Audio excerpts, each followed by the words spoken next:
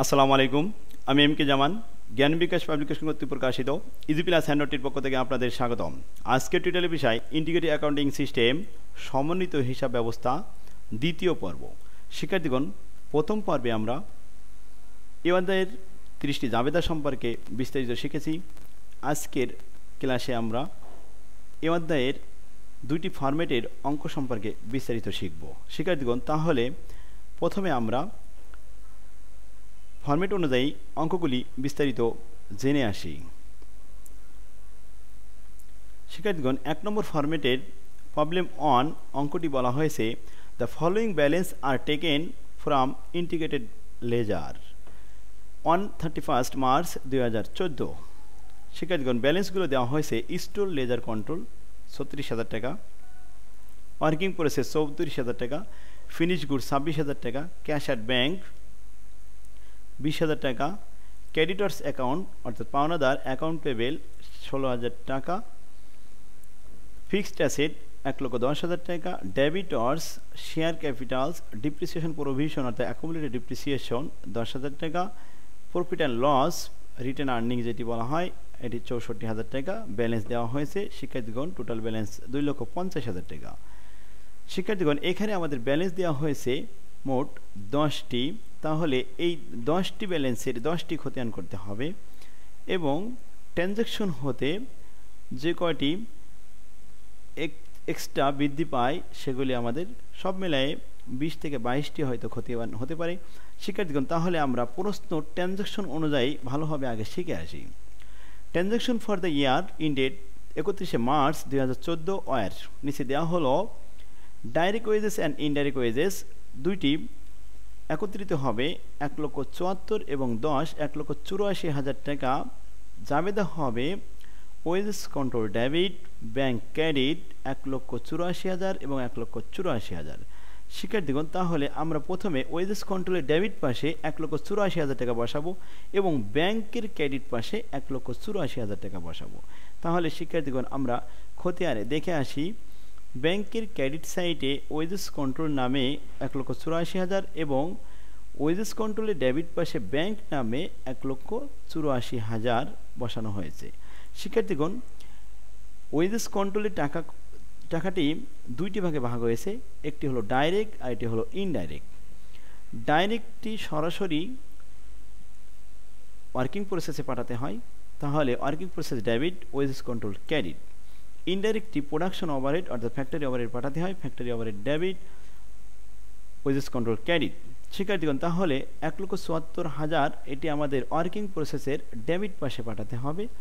তাহলে আমরা দেখে আসি ওয়ার্কিং প্রসেস ডেবিট পাশে ওয়েজেস কন্ট্রোল নামে 1,74,000। 10,000 টাকা এটি ফ্যাক্টরি ওভারহেডের ডেবিট পাশে পাঠাতে হবে, তাহলে ফ্যাক্টরি ওভারহেডের ডেবিট পাশে ওয়েজেস কন্ট্রোল নামে 10,000। শিক্ষার্থীগণ, তাহলে আমরা ওয়েজেস কন্ট্রোলের জাবেদাটাই শিখে নিলাম। এবার আসি দ্বিতীয় ট্রানজ্যাকশন। বলা হয়েছিল store purchase on account on credit মানে বাকিতে ক্রয় করা হয়েছে। তাহলে জাবেদা হবে store ledger control debit account payable credit. শিক্ষার্থীগণ, স্টোর লেজারের ডেবিট পাশে ক্রেডিটর্স অ্যাকাউন্ট 2 লক্ষ টাকা এবং ক্রেডিটরের ক্রেডিট পাশে স্টোর লেজার লিখে পাঠাতে হবে 2 লক্ষ টাকা। শিক্ষার্থীগণ, তাহলে আমরা এখানে 2 লক্ষ টাকা বসালাম। এবার আসি আমাদের পরবর্তী ট্রানজ্যাকশনটি কি বলে। শিক্ষার্থীগণ, store issue to repair order. Repair একটি ইনডাইরেক্ট কস্ট, এটি যাবে factory overhead debit store ledger control credit. শিক্ষার্থীগণ, স্টোর ইস্যু টু প্রোডাকশন এটি জাবেদা হবে working process debit store ledger control credit, কারণ এটি সরাসরি প্রোডাকশন উদ্দেশ্যে পাঠানো হয়েছে। Goods finish during the period অর্থাৎ ফিনিশ গুডস উৎপাদন হয়েছে এবছরে 4,30,000 টাকা। জাবেদা হবে finish goods debit working process credit. শিক্ষার্থীগণ, গুডস অ্যাট সেল ভ্যালু অর্থাৎ পণ্য বিক্রি করা হয়েছে অন ক্রেডিট বাকিতে, তাহলে জাবেদা হবে account receivable debit sales credit. শিক্ষার্থীগণ, অ্যাকাউন্ট রিসিভেবল ডেবিট পাশে এবং সেলসের ক্রেডিট পাশে 6 লক্ষ টাকা বসাতে হবে। গুডস সোল্ড অ্যাট কস্ট অর্থাৎ বিক্রিত পণ্যের ব্যয় 4,40,000 টাকা, এটি যাবে দেওয়া হবে cost of goods sold debit, finish goods credit, কারণ ফিনিশ গুডস বিক্রি করা হয় তাহলে যাবে দেওয়া হবে cost of goods sold debit, finish goods credit. Finish goods কমে গেল, কস্ট অফ গুডস সোল্ড বেড়ে গেল। শিক্ষার্থীগণ, প্রোডাকশন ওভারহেড রিকভার্ড অর্থাৎ প্রোডাকশন ওভারহেড বলতে এখানে ফ্যাক্টরি ওভারহেডকে বোঝানো হয়েছে। ফ্যাক্টরি ওভারহেড অ্যাবজর্পশন করতে হবে ওয়ার্কিং প্রসেসের ভিতরে। শিক্ষার্থীগণ, ফ্যাক্টরি ওভারহেডের খরচ সর্বদাই রিকভারেড বা ট্রান্সফার টু প্রোডাকশন ইত্যাদি বলা থাকবে, সেটি পাঠাতে হবে working process debit, factory overhead credit. Production overhead paid by cheque, factory overhead debit, bank credit. Admin overhead paid by cheque যাবে দেওয়া হবে admin overhead debit, bank credit. Selling overhead paid by cheque, selling overhead debit, bank credit. Depreciation এটি যাবে দেওয়া হবে, এটি indirect খরচ, factory overhead debit, accumulate depreciation credit. Payment to supplier, পাওনাদারকে টাকা দেওয়া হয়েছে, যাবে দেওয়া হবে account payable debit, bank credit. Receive from customer যাবে দেওয়া হবে bank debit, account receivable credit. Rent prepaid including in production overhead, production ওভারহেডের ভিতরে অন্তর্ভুক্ত আছে ভাড়া অগ্রিম দেওয়া হয়েছে 600 টাকা, prepaid rent debit, factory overhead credit. Purchase of fixed asset debit, bank credit. Donation, donation debit, bank credit. Fine, fine debit, bank credit. Interest on bank loan, interest debit, bank credit. Income tax paid, income tax debit, bank credit. শিক্ষার্থীগণ, তাহলে আমরা জাবেদা সম্পর্কে বুঝে নিলাম। এবার আসি আমাদের খতিয়ান। তাহলে প্রত্যেকটি খতিয়ান, এখানে প্রথমে store ledger control, bank account, জাবেদা অনুযায়ী আমরা টাকাগুলি ব্যাংকের খতিয়ানে বসে আছি। Wages control account, wages control দুই পাশ মিলে যাবে। ফ্যাক্টরি ওভারহেড, ফ্যাক্টরি ওভারহেড বসানো হয়েছে, ওয়ার্কিং প্রসেস বসানো হয়েছে। ফিনিশ গুডস এটি দেখানো হয়েছে। শিক্ষার্থীগণ, এভাবে আমাদের খতিয়ান করা হয়েছে এখানে সর্বমোট 22টি। শিক্ষার্থীগণ, তাহলে এবার আমরা আসি এই খতিয়ানের ব্যালেন্সগুলি দিয়ে আমরা প্রথমে ইনকাম স্টেটমেন্ট করব এবং ট্রায়াল ব্যালেন্স তৈরি করব। শিক্ষার্থীগণ, তাহলে প্রথমে স্টল লেজার কন্ট্রোল, এটি সম্পদ, এটি যোগ বিয়োগ করে আমাদের ব্যালেন্স সিটি বের করতে হবে। ব্যালেন্স সিটি এটি রেওয়া মিলে দেখাতে হবে ডেবিট সাইডে 12,000 টাকা। শিক্ষার্থীগণ, ব্যাংক অ্যাকাউন্ট এটি সম্পদ, এটি ব্যালেন্স সিটি ট্রায়াল ব্যালেন্সে ডেবিট পাশে যাবে। ওয়েজেস কন্ট্রোল দুই পাশ মিলে যাবে, এটির কোনো ব্যালেন্স থাকবে না। ফ্যাক্টরি ওভারহেড এটি দুই পাশ মিল হবে, এটির ব্যালেন্স থাকবে না। যদি কখনো এখান থেকে আন্ডার অথবা ওভার অ্যাপ্লাইড হয় তাহলে সেই টাকাটি পিএল অ্যাকাউন্টের ডেবিট অথবা ক্রেডিট পাশে পাঠাতে হবে। অর্থাৎ যদি ওভার অ্যাবজর্পশন হয় তাহলে পিএল এর ক্রেডিট পাশে, আর যদি আন্ডার অ্যাপ্লাইড হয় তাহলে প্রফিট অ্যান্ড লসের ডেবিট পাশে পাঠাতে হবে। শিক্ষার্থীগণ, ওয়ার্কিং প্রসেস এটি সম্পদ, এটি আমাদের ব্যালেন্স সিটি থাকলো, এটি ট্রায়াল ব্যালেন্সের ডেবিট পাশে বসানো হবে। ফিনিশ গুডস এটি আমাদের সম্পদ, এটির ব্যালেন্স সিটি ট্রায়াল ব্যালেন্সের ডেবিট পাশে বসাতে হবে।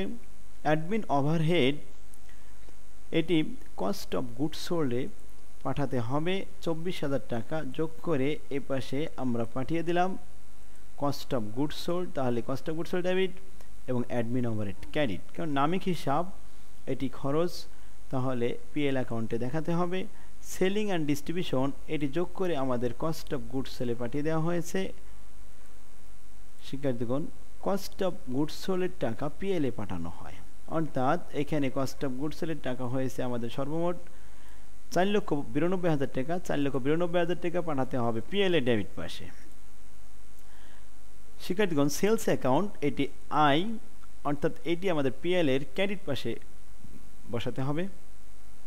বিক্রয় হয়েছে 6 লক্ষ টাকা, 6 লক্ষ টাকা আমাদের পাঠাতে হবে প্রফিট অ্যান্ড লসের ক্রেডিট সাইডে। ডেবিটর্স এটি সম্পদ, এটির ব্যালেন্স পাঠাতে হবে ট্রায়াল ব্যালেন্সের ডেবিট সাইডে।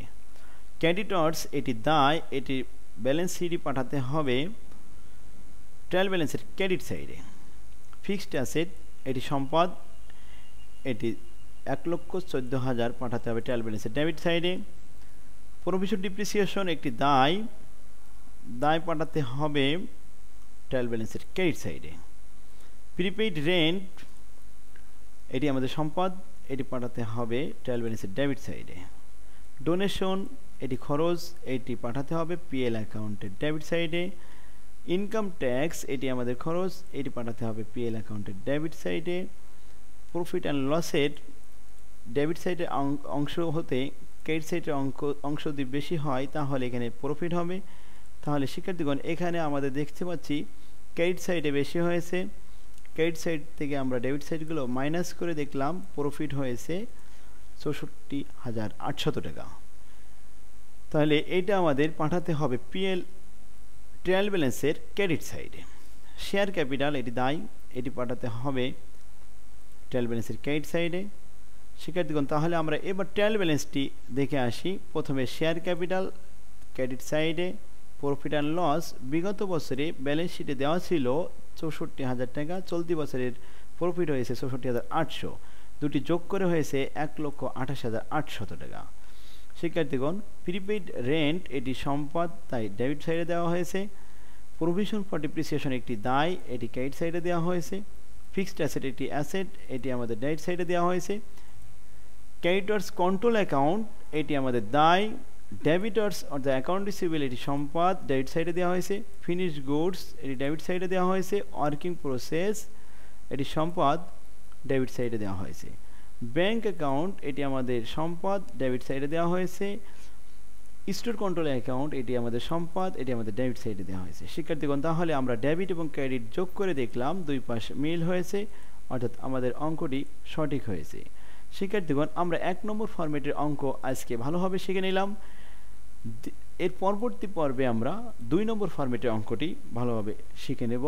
আজকের ক্লাস আমাদের এখানে শেষ হলো। শিক্ষার্থীগণ ইজি প্লাস হ্যান্ডনোটটিতে আমরা 1 নম্বর ফরম্যাটের 10টি অঙ্ক দিয়েছি। আপনারা ইজি প্লাস হ্যান্ডনোটটি কাছে রাখুন এবং অঙ্কগুলি ভালোভাবে প্র্যাকটিস করুন। আজকে আমরা এখানে ক্লাস শেষ করলাম। আসসালামু আলাইকুম।